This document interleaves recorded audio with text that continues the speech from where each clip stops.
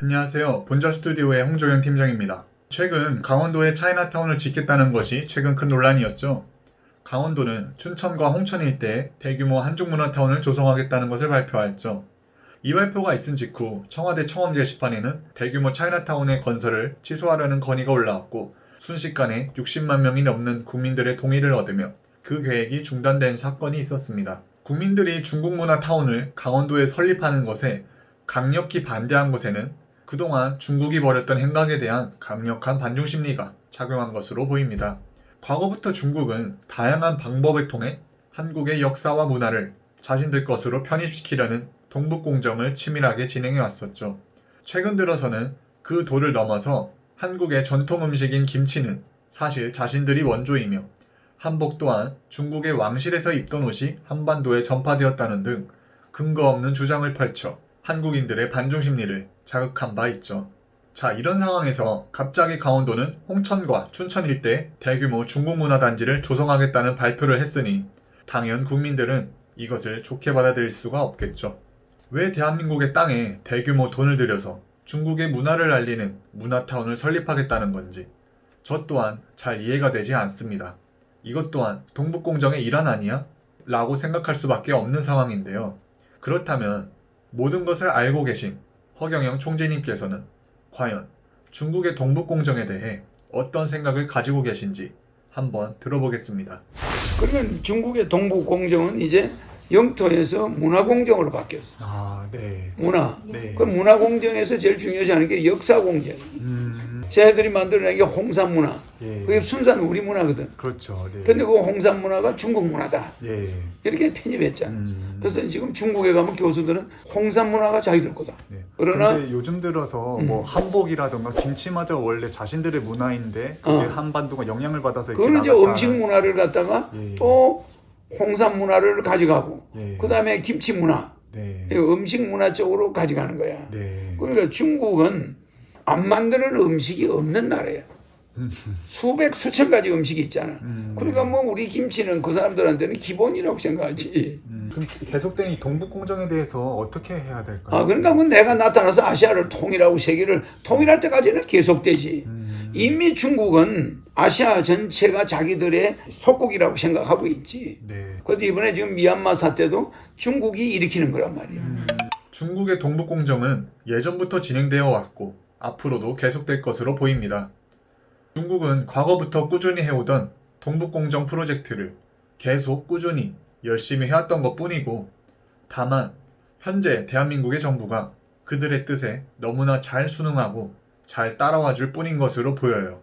중국 복합문화타운 런칭식에 참여했던 최문순 강원도지사는 기자에게 이런 말을 했습니다.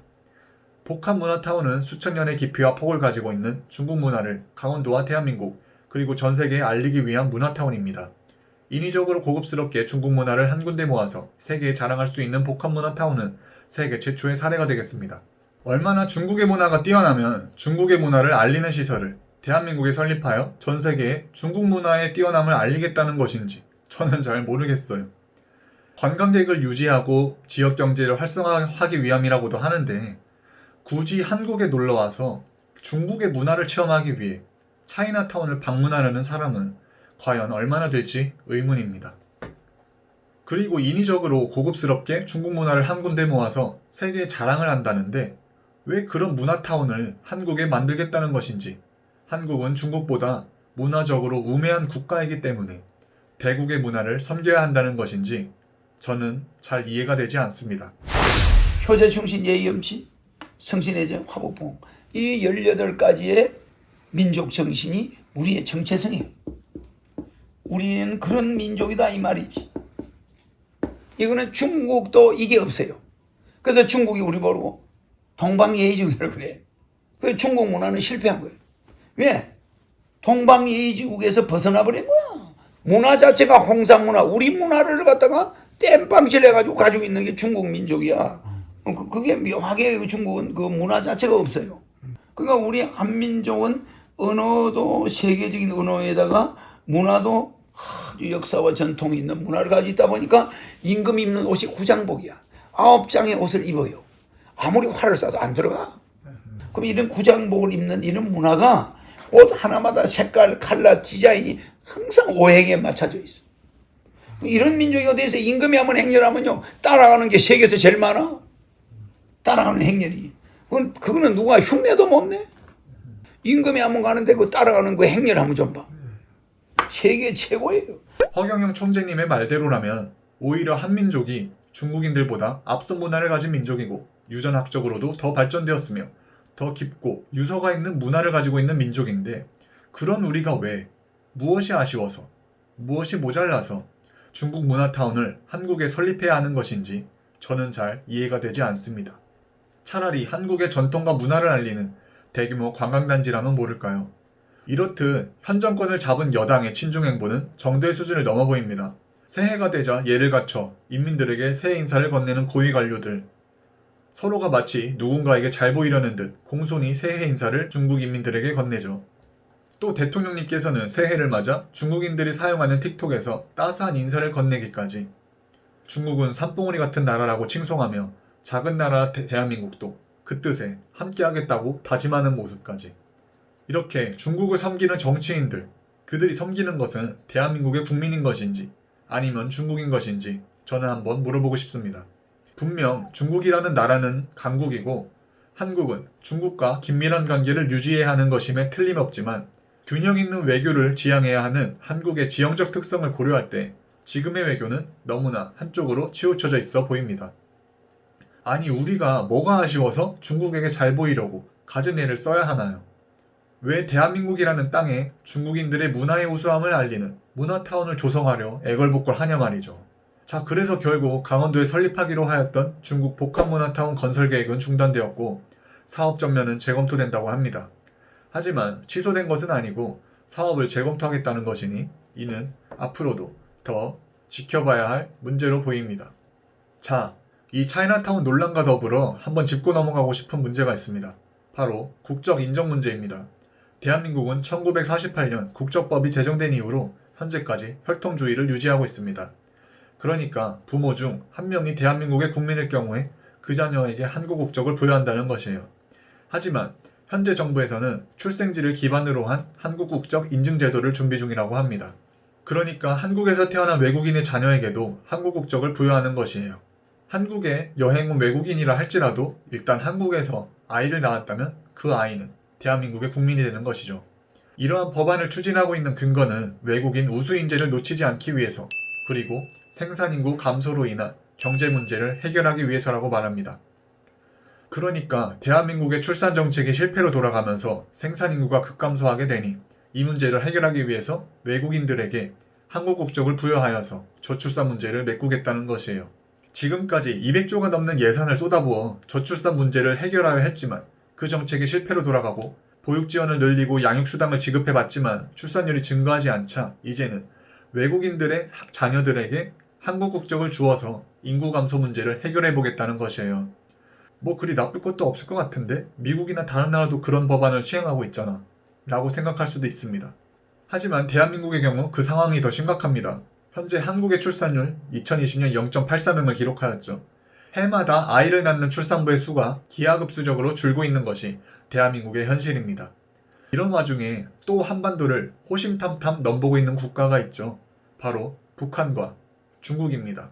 중국은 매우 노골적으로 한국의 역사와 문화를 자신들의 것으로 편의시키려 노력을 해왔고 이제는 하다못해 김치와 한복을 자신들의 것이라 주장하며 동북공정에 대한 한국의 반응을 살펴보고 떠보고 있는 중이에요.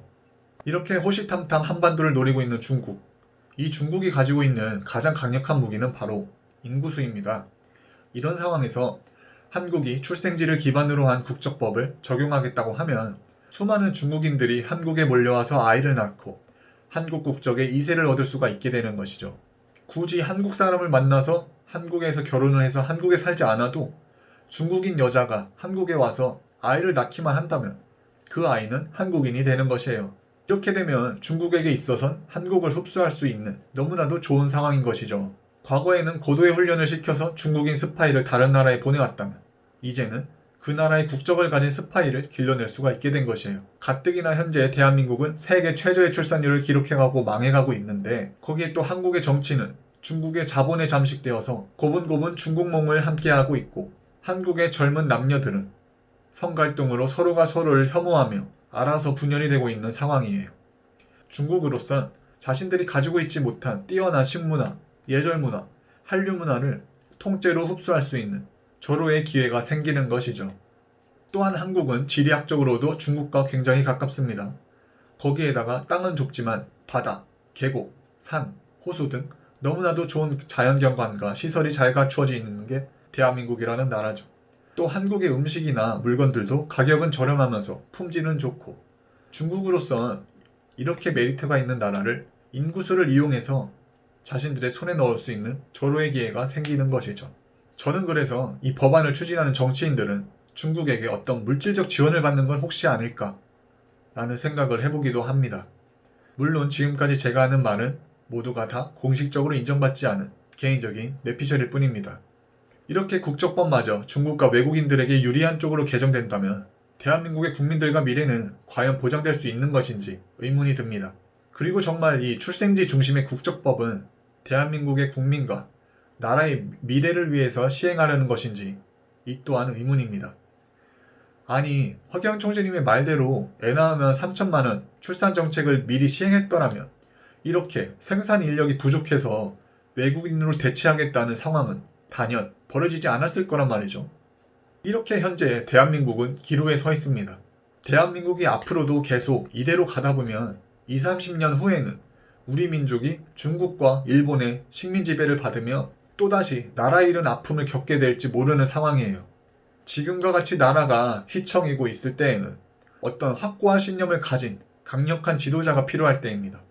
우리 한국도 강대국들에게 떳떳하게 할 말 다 할 수 있고, 다른 나라 눈치를 보는 게 아니라 국민의 눈치를 가장 먼저 보고 국가를 가장 우선적으로 생각하는 그런 애민정신 가득하고 희생과 봉사정신이 가득한 지도자가 이 나라를 이끌어주기를 진심으로 바랍니다. 감사합니다. 이제 경제만과 당파 싸움 그만, 아예 국회를 해산해버릴 거야. 나라 망친 놈들 싹 다 정신대로 국가혁명